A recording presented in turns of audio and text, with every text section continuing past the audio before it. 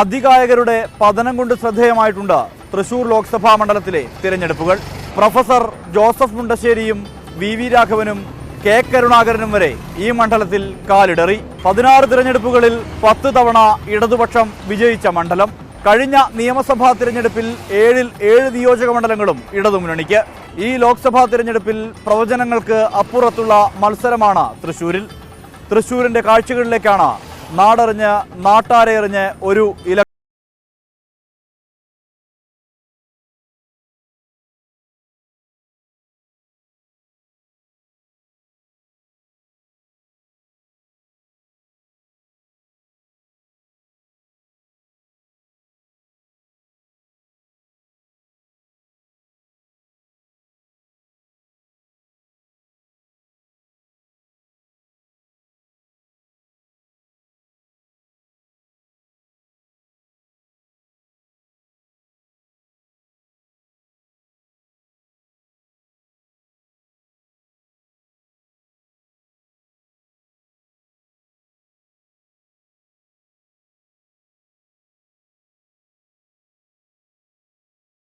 നഗരത്തിന്റെ ശില്പി ഇദ്ദേഹമാണ്. പൂരം ഉൾപ്പെടെയുള്ളവ വിഭാവനം ചെയ്തത് ശക്തൻ തമ്പുരാനാണ്. 1751 മുതൽ 1805 വരെയുള്ള കാലഘട്ടത്തിലായിരുന്നു ശക്തൻ തമ്പുരാൻ ജീവിച്ചിരുന്നത്. വിശ്വപ്രസിദ്ധമായ തൃശൂർ പൂരം നടക്കുന്ന വടക്കുന്നാഥ ക്ഷേത്രത്തിന്റെ മണ്ണിലാണ് ഇങ്ങനെയൊരു ക്ഷേത്രം. ആ ക്ഷേത്രത്തിന് ചുറ്റും ഒരു വട്ടം, ആ വട്ടത്തിൽ നിന്നും പടർന്നു പന്തലിച്ച ഒരു നഗരം. അങ്ങനെയാണ് തൃശൂർ. ഈ പൂരപ്പറമ്പിൽ വിശ്രമിക്കാൻ നിരവധി പേർ എത്തുന്നു. അവരെല്ലാം ചെറിയ വട്ടമാകുന്നു.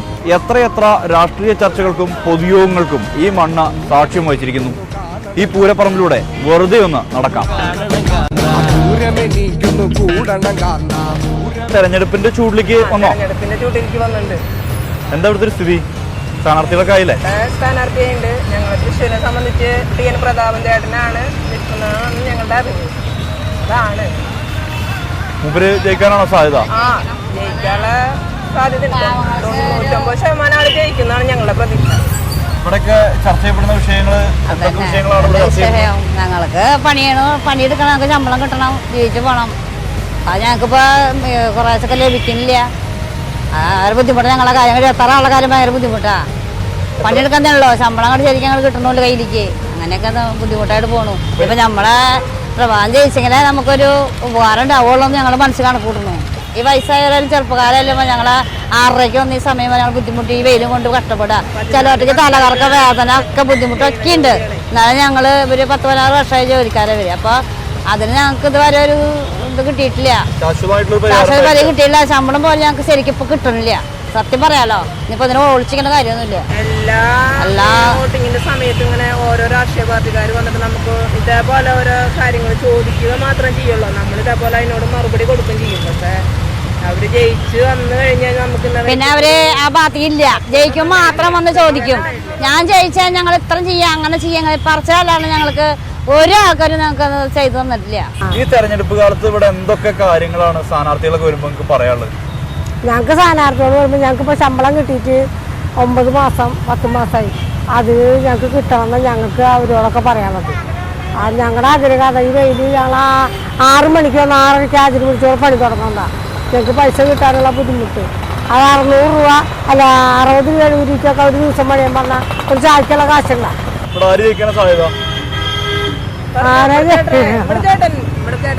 ഞങ്ങൾക്ക് ഇനിയിപ്പോൾ ഇവര് ജയിച്ചിട്ട് ഇങ്ങനെയാ, ഞങ്ങളൊക്കെ ചെറിയ തരാൻ മട്ടും ഇവര് ജയിച്ച.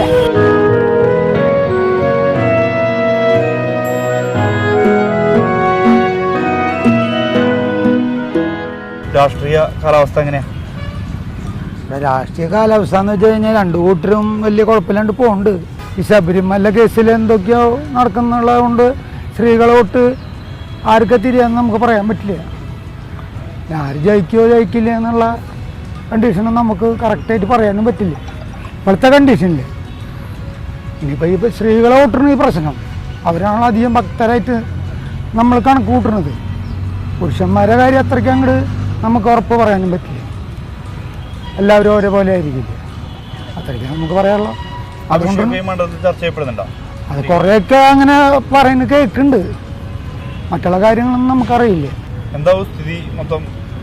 സ്ഥിതി അങ്ങനെ ചോദിച്ചു കഴിഞ്ഞാൽ ഇവിടെ അധികം ക്രിസ്ത്യൻ വോട്ടുകളാണ് ഇവിടെ ഉള്ളത്. അതിപ്പോൾ ആർക്ക് വോട്ട് വന്ന് വീഴുന്ന പുതിയ തലമുറയിലത്തെ പിള്ളേരെ വോട്ടുകളും മറ്റുള്ള കാര്യങ്ങളും നമുക്കത് വ്യക്തമായിട്ട് പറയാൻ പറ്റില്ല. ഈ മനുഷ്യനെ ബാധിക്കുന്ന പ്രശ്നങ്ങളൊക്കെ ഉണ്ടല്ലോ, പല മറ്റേ GST വന്നു, പെട്രോളിന്റെയും ഡീസലിന്റെയും വില വർധന വന്നു, ഇതൊക്കെ ശരിക്കും അതൊക്കെ ഇപ്പൊ ഏത് ഗവൺമെന്റ് വന്നാലും വരുന്ന വില കൂടി കുറക്കലും കൂട്ടലൊക്കെ ഉള്ളതാ.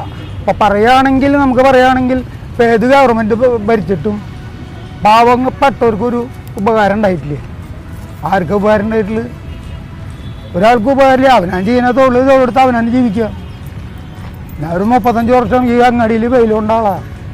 നമുക്ക് ഇപ്പോഴും ഒരു കാര്യമില്ല.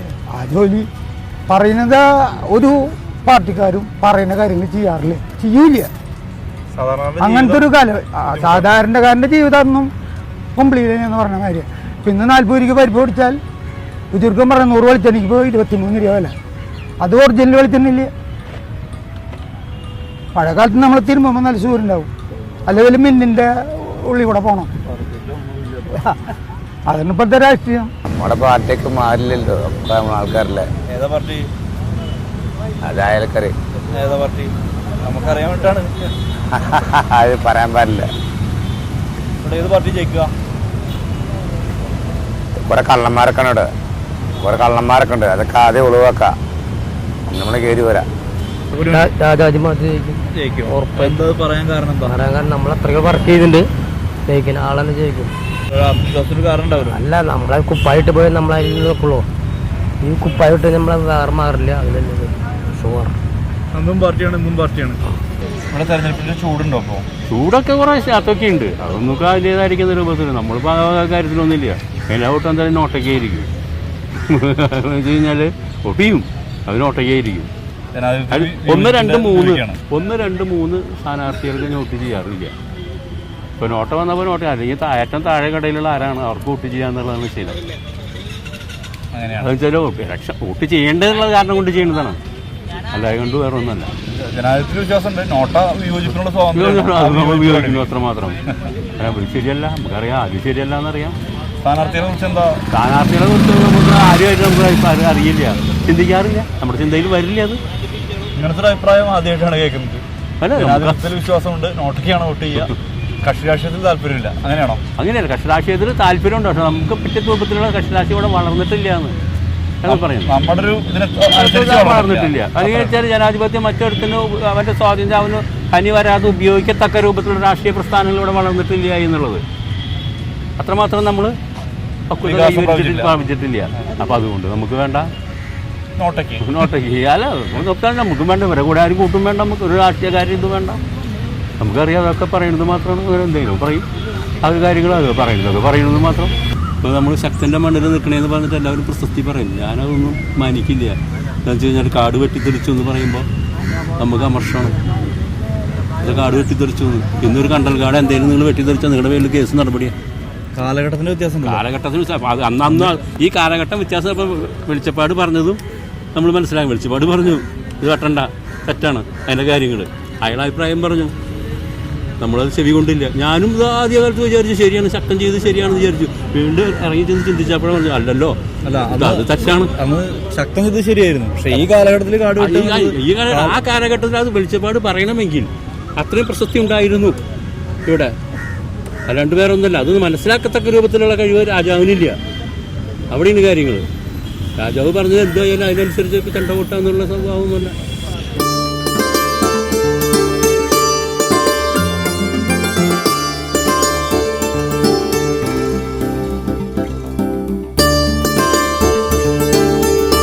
നേരത്തെ ഞാൻ തൃശ്ശൂരിലെ വട്ടത്തെക്കുറിച്ച് പറഞ്ഞു. ചില വട്ടങ്ങളിൽ വിവിധ തരത്തിലുള്ള കളികളുണ്ടാകും. ചിലയിടത്ത് ചീട്ടുകളിയാകും, ചിലയിടത്ത് ചെസ് കളിയാവും. അതിവിടെ പതിവാണ്. അത് തൃശ്ശൂരിൻ്റെ ഒരു പ്രത്യേകതയാണ്. എന്തായാലും ഇവിടെ ഒരു വട്ടം നമുക്ക് കാണാൻ പറ്റുന്നുണ്ട്. ആ വട്ടത്തിലേക്ക് നമുക്ക് യാത്ര ചെയ്യാം. ഇലക്ഷൻ്റെ ഒരു ചൂടിലേക്കൊക്കെ ഈ പ്രദേശം വന്നിട്ടുണ്ടോ? ചൂട് ഇലക്ഷൻ ചൂടില്ലെങ്കിലും സൂര്യത്തിൻ്റെ കാലാവസ്ഥ ചൂട് ഭയങ്കര സഹിക്കാൻ പറ്റാത്തൊരു സ്ഥിതിയല്ലേ? സ്ഥാനാർത്ഥികളൊക്കെ എങ്ങനെ ആയിട്ടുണ്ടല്ലോ അല്ലേ? ഇവിടെ എല്ലാ സ്ഥാനാർത്ഥികളായിട്ടുണ്ട്. അവരുടെ എങ്ങനെ അവരെ കുറിച്ച് എന്താ വിലയിരുത്തൽ? എന്താ നമുക്ക് താല്പര്യം പ്രതാപം ജയിക്കണം. ചിലപ്പോൾ ജയിക്കാൻ സാധ്യതയുണ്ട്. അതിൻ്റെ കാരണം എന്താ? പ്രധാനമായിട്ട് ഒരു ജനീനാണ് നമ്മുടെ ഒരു അഭിപ്രായം. രാഹുൽ യുഗാണെന്നാണോ പറയണേ? രാഹുൽ യുഗം ഇനിയിപ്പോ രാഹുലല്ല ഉള്ളത് ഒരാള്, അദ്ദേഹം കൂടി പരീക്ഷിച്ച് നോക്കാം. ആയിക്കോട്ടെ. ഇവിടെ വേറെ എന്തൊക്കെ വിഷയങ്ങൾ ചർച്ച ചെയ്യപ്പെടുന്നത് തൃശ്ശൂര്? ഇവിടെ ഞങ്ങളുടെ ഇപ്പോൾ ചെസ്സിനെ പറ്റിയിട്ടുള്ള ചർച്ചകൾ തന്നെ മെയിനായിട്ട് ഞങ്ങൾ ചർച്ച ചെയ്യാറ്. അല്ല അതൊക്കെ ഇവിടുത്തെ ആൾക്കാർ വന്നിട്ട് കുറച്ച് രാഷ്ട്രീയം പറയും. അത് ശരി. കുറച്ച് ഒരു യൂത്ത് കോൺഗ്രസ്സുകാരനുണ്ട് ഇവിടെ, ആളും വന്നിട്ട് ഒരു ചർച്ച ചെയ്യും. അതൊക്കെ കേട്ടാൽ ഇവിടെ കിട്ടും. പിന്നെ നമ്മള് ചെസ്സിന്റെ മെയിനായിട്ട് ചെസ്സിന്റെ ഓളത്തിലേക്ക് കയറി പോകും.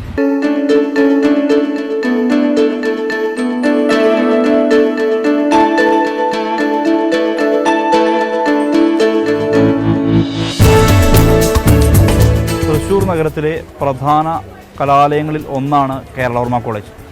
ഇന്നും രാജപ്രൗഢിയോടെ നിലനിൽക്കുന്ന കെട്ടിടങ്ങളാണ് കേരളവർമ്മ കോളേജ്.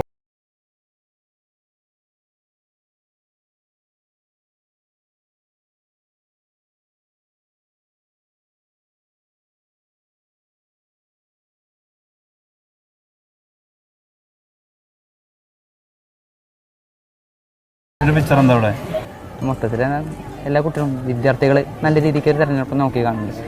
പ്രത്യേകിച്ച് ഇപ്പോൾ മലപ്പുറം മണ്ഡലത്തിനെ പോലത്തെ SFIൻ്റെ ഒരു അഖിലേന്ത്യാ പ്രസിഡന്റ് ആ മലപ്പുറം മണ്ഡലത്തിൽ വിജയിക്കുകയാണ്. ഇപ്പോൾ ഇത്രയും കാലമുള്ളതിനൊക്കെ കൂടുതൽ കലാലയങ്ങൾ, ഇപ്പോൾ RSSൻ്റെ പ്രശ്നങ്ങൾ, RSS ഈ രാജ്യത്ത് നടത്തുന്ന പ്രശ്നങ്ങൾ നിരന്തരമായിട്ട് കലാലയങ്ങളിൽ ചർച്ച ചെയ്യുന്നുണ്ട്. ഇപ്പോൾ കേരളവർമ്മയെ സംബന്ധിച്ചോളം നമ്മൾ നിരന്തരമായിട്ടുള്ള നടത്തുന്ന പരിപാടികൾ, ഓപ്പൺ ഫോറം, ആ ഓപ്പൺ ഫോറത്തിൽ നടത്തുന്ന ഈ RSS ഗവൺമെൻറ്റിനെതിരെ വരുന്ന കുട്ടികളുടെ ഇടയിൽ വലിയ രീതിക്കുള്ളൊരു എതിരഭിപ്രായം രാജ്യത്ത് എല്ലാ കലാലയങ്ങളിലുള്ള പോലെ തന്നെ ഈ കേരളവർമ്മയിലും സജീവമായിട്ട് എല്ലാ വിദ്യാർത്ഥികളും ചർച്ച ചെയ്തു വരുന്നത്.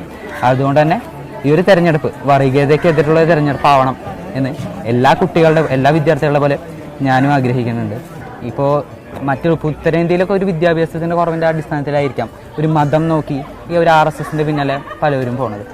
അപ്പോൾ അതിന് ഈ ഒരു RSSനെ എതിരെ നിൽക്കാൻ പറ്റുന്നത് അനിവാര്യത ഇടതുപക്ഷമാണ് എന്നൊരു ധാരണ എല്ലാവർക്കുമുണ്ട്. അതുകൊണ്ട് ഇടതുപക്ഷത്തിനെ വിജയിപ്പിക്കണം എന്നുള്ളൊരു അഭിപ്രായത്തിൽ തന്നെയുള്ളത്. കോൺഗ്രസ് നമുക്കറിയാം, ഇപ്പോൾ അറിയാം കോൺഗ്രസിനെ പലരും BJPയിലേക്ക് പോയിക്കൊണ്ടിരിക്കുന്ന സാഹചര്യം. അപ്പോൾ എന്ത് വിശ്വാസത്തിൽ നമ്മൾ കോൺഗ്രസിൻ്റെ ഒപ്പം നിൽക്കുക എന്നുള്ളത് വലിയൊരു ചോദ്യമാണ്. ആ സമയത്ത് നമുക്കിടെ പ്രതീക്ഷ എന്ന് പറയുന്നത് അത് ഇടതുപക്ഷമാണ്. ഇടതുപക്ഷം വിജയിക്കണം. തൃശ്ശൂർ മണ്ഡലത്തെ പറ്റി പറയുകയാണെങ്കിൽ ഇപ്പോഴത്തെ ഒരു ട്രെൻഡ് വെച്ചിട്ട് ഇടതുപക്ഷ മുന്നണിക്ക് തന്നെയായിരിക്കും എന്നാണ് എനിക്ക് തോന്നുന്നത്. കാരണം ബാക്കി നമ്മൾ വിദ്യാർത്ഥികൾ എന്നുള്ള രീതിയിൽ നാട്ടിലൊക്കെ പ്രവർത്തനത്തിൽ ഇറങ്ങുമ്പോൾ ബാക്കിയുള്ള വീട്ടുകാരോടൊക്കെ സംസാരിക്കുമ്പോഴൊക്കെ ഒരു ഇടതുപക്ഷം വരണം എന്നുള്ള രീതിയിലാണ് സംസാരിക്കുന്നത്. രാജ്യത്ത് ഉടനീളമുള്ള വർഗീയതയ്ക്കെതിരായിട്ട് ശക്തമായിട്ടുള്ള നിലപാടുകൾ പറഞ്ഞിട്ടുള്ളതും അതുപോലെ തന്നെ അതിനെതിരെ പ്രതികരിക്കാൻ ശേഷി കാണിക്കുന്നതും ഒരു ഇടതുപക്ഷമാണെന്നുള്ള രീതിയിൽ പൊതുവെ ജനങ്ങളുടെ ഇടയിൽ ഒരു അഭിപ്രായമുണ്ട്. ഈ തെരഞ്ഞെടുപ്പിൽ എന്തൊക്കെയാണ് ഇവിടെ പ്രധാനമായിട്ട് ചർച്ച ചെയ്യുന്ന വിഷയം? TM പ്രതാപൻ കൊടുങ്ങല്ലൂർ MLA ആയിരുന്നു. ആളെക്കുറിച്ച് വികസന പ്രവർത്തനങ്ങളൊക്കെ അത്യാവശ്യം നല്ല രീതിയിൽ ജനങ്ങളോട് കുറച്ചുകൂടെ പ്രതിബദ്ധത ഉള്ള ഒരു MLA ആയിരുന്നു. CPIയുടെ ആളെക്കുറിച്ച് അധികം അറിയില്ല. ആളും മുഖ്യധാര രാഷ്ട്രീയത്തിൽ സജീവമായിട്ടുള്ള വ്യക്തിത്വമുള്ള. ചർച്ചയ്ക്ക് വരുന്ന വിഷയങ്ങൾ എന്തൊക്കെ തരത്തിലുള്ള വിഷയങ്ങൾ ഡിസ്കസ് ചെയ്യപ്പെടുന്നത്? ഇപ്പോൾ BJPക്കാരെ ശബരിമല വിഷയങ്ങളൊക്കെ എടുത്തിട്ടുണ്ട്. പിന്നെ CPI ഒക്കെ വരുമ്പോൾ മറ്റേ ബലാത്സംഗ കേസ് ഇപ്പോൾ ഇവിടെ പാർട്ടി ഓഫീസിൽ നടന്നത്, അതൊക്കെയാണ് ഇപ്പോൾ നമ്മളിങ്ങനെ സജീവമായിട്ട് നോക്കുമ്പോൾ FBയിലൊക്കെ നോക്കിയിട്ടാണ് നമ്മൾ കൂടുതലും കാര്യങ്ങളൊക്കെ അറിയണത്. ഈ കാലത്ത് സോഷ്യൽ മീഡിയ ആണോ കുറച്ചുകൂടി? സോഷ്യൽ മീഡിയ ഉപയോഗിച്ചിട്ടാണ് നാട്ടിലുണ്ടാവുന്ന കാര്യങ്ങളൊക്കെ അറിയണത്. പ്രചരണത്തിന് യൂസ് ചെയ്യണതും അറിയണതും സോഷ്യൽ മീഡിയയിലൂടെയാണ്. തൃശ്ശൂർ മണ്ഡലത്തിലെന്ന് വെച്ചാൽ നമുക്ക് രണ്ടുപേരും അതെ, ഇപ്പോൾ കോൺഗ്രസിൻ്റെ അതെ LDFന്റെ സ്ഥാനാർത്ഥി അതെ, രണ്ടുപേരും തുല്യരായിട്ട് നിൽക്കുന്ന ഒരവസ്ഥയാണ്. ആരെ ജയിക്കാൻ നമുക്ക് ഒരു പിടുത്തില്ലാത്ത അവസ്ഥയാണ്.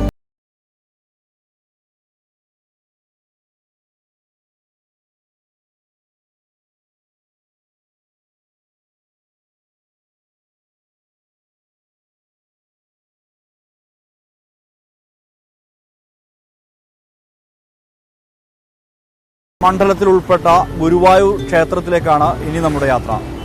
ഗുരുവായൂർ ക്ഷേത്രം കേരളത്തിലെ തന്നെ ഏറ്റവും പ്രധാനപ്പെട്ട ക്ഷേത്രങ്ങളിൽ ഒന്നാണ്.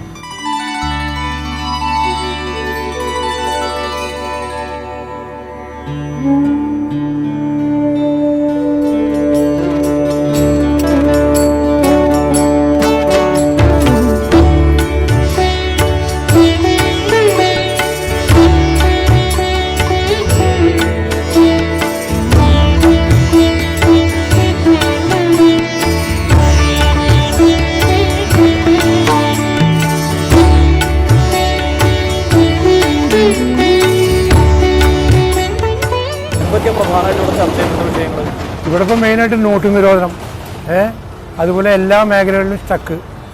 ഒരു പ്രവർത്തനം ഇവിടെ നടക്കുന്നില്ല. എല്ലാവർക്കും പണിയില്ല, എല്ലാവർക്കും ബിസിനസ് ഇല്ല, അങ്ങനെയുള്ളൊരു നിഗമനത്തിൽ ഇപ്പം നിൽക്കുന്നില്ല. ഇതൊക്കെ ഇവിടെ ഈ തെരഞ്ഞെടുപ്പ് ചർച്ച ചെയ്യപ്പെടും പ്രധാനമായിട്ടും. എല്ലാം ചർച്ച ചെയ്യപ്പെടുന്നത് ഇതാണ് ചർച്ച ചെയ്യുന്നത്. മനുഷ്യന്റെ പണി തീർന്നിരിക്കുകയാണ് മൊത്തത്തിൽ തീർന്നിരിക്കുകയാണ്. മോദി വീണ്ടും അധികാരത്തിൽ വരുമെന്ന് പറയാം. 90% വരാൻ ചാൻസ് ഇല്ല, പിന്നെ പറയാൻ പറ്റില്ല. പിന്നെ ജനങ്ങളുടെ കയ്യിലിരിക്കുന്ന കാര്യങ്ങളാണല്ലോ. ഇവിടെ ആർക്കാ സാധ്യത ഈ തൃശ്ശൂർ ലോക്സഭാ മണ്ഡലത്തിൽ? ഇവിടെ ഇപ്പോൾ ടി എം പ്രതാപനാണ് ഒരു മുൻതൂക്കം കാണുന്നത്. പിന്നെ ജനങ്ങളുടെ കയ്യിലിരിക്കുന്ന കാര്യമാണല്ലോ. ടി എം പ്രതാപൻ നല്ല ഇടപെടൽ നടത്തുന്ന ഒരാളാണ്. പിന്നെ ടി എം പ്രതാപൻ്റെ മണ്ഡലത്തിൽ മുമ്പ് ചെയ്ത കാര്യങ്ങൾ പലതും ഉണ്ടല്ലോ. അവിടെ സ്നേഹതീരൊക്കെ അദ്ദേഹത്തിൻ്റെ വലിയ സംഭാവനയാണ്. ബി ജെ പിക്ക് സാധ്യത ഉണ്ടോ ഇവിടെ? ബി ജെ പിക്ക് എന്ത് സാധ്യതയുണ്ട്? ഇവിടെ കേരളത്തിൽ മൊത്തത്തിൽ ആകെ അസംബ്ലി മണ്ഡലത്തിൽ ഒരെണ്ണല്ലേ അവർ കിട്ടുള്ളൂ, വേറെ ഒന്നും കിട്ടുമോ? മറ്റു സാധ്യതകളൊന്നും ഇല്ല. രാഹുൽ ഗാന്ധി കുറിച്ച് എന്താ? രാഹുൽ ഗാന്ധി ഇപ്പോൾ വളരെയധികം ഓടിപ്പഞ്ഞ് നടക്കുന്ന ഒരാളാണ്. പക്ഷേ അദ്ദേഹം തിരിച്ച് പിടിക്കും എന്നുള്ളൊരു പ്രതീക്ഷയിൽ നടക്കുന്നത്. പഴയ രാഹുൽ ഗാന്ധി അല്ല, ഇപ്പോൾ ഒന്നൊരു വ്യത്യാസം വന്നിട്ടുണ്ട്.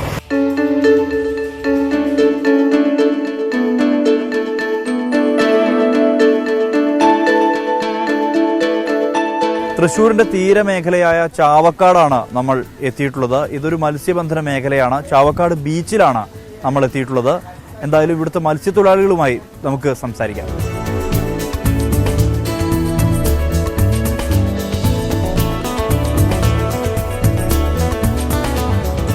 എന്തൊക്കെ പ്രചരണ വിഷയത്തിൽ പ്രധാനം?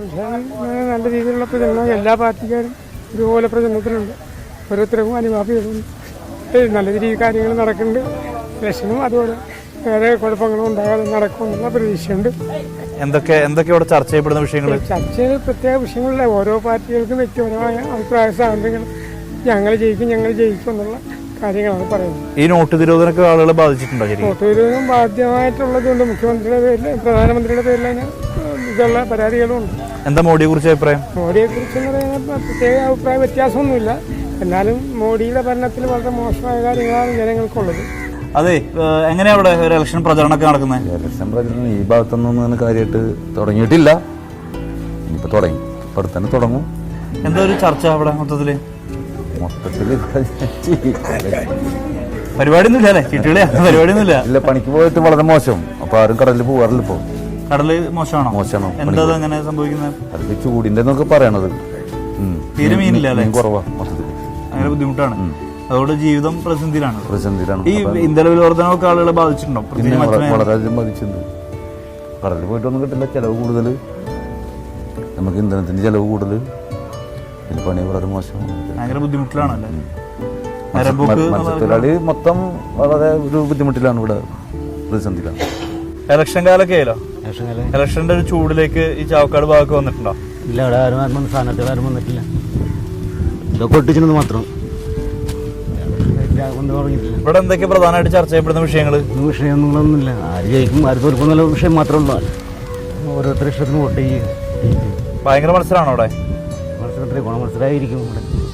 LDF സ്ഥാനാർത്ഥിയായി രാജാജി മാത്യു തോമസ്, UDF സ്ഥാനാർത്ഥിയായി TN പ്രതാപൻ, NDA സ്ഥാനാർത്ഥിയായി സുരേഷ് ഗോപി കൂടി എത്തിയതോടെ തൃശൂരിന്റെ തിരഞ്ഞെടുപ്പ് ചിത്രം മാറിയിരിക്കുകയാണ്. ഇഞ്ചോടിഞ്ച് പോരാട്ടം. ഈ പോരാട്ടത്തിൽ തൃശൂർ ആരെ തുണയ്ക്കുമെന്ന് കണ്ടു തന്നെ അറിയണം. നാടറിഞ്ഞ് നാട്ടാരെ എറിഞ്ഞ് 1 ലക്ഷം യാത്ര അടുത്ത മണ്ഡലത്തിലേക്ക്.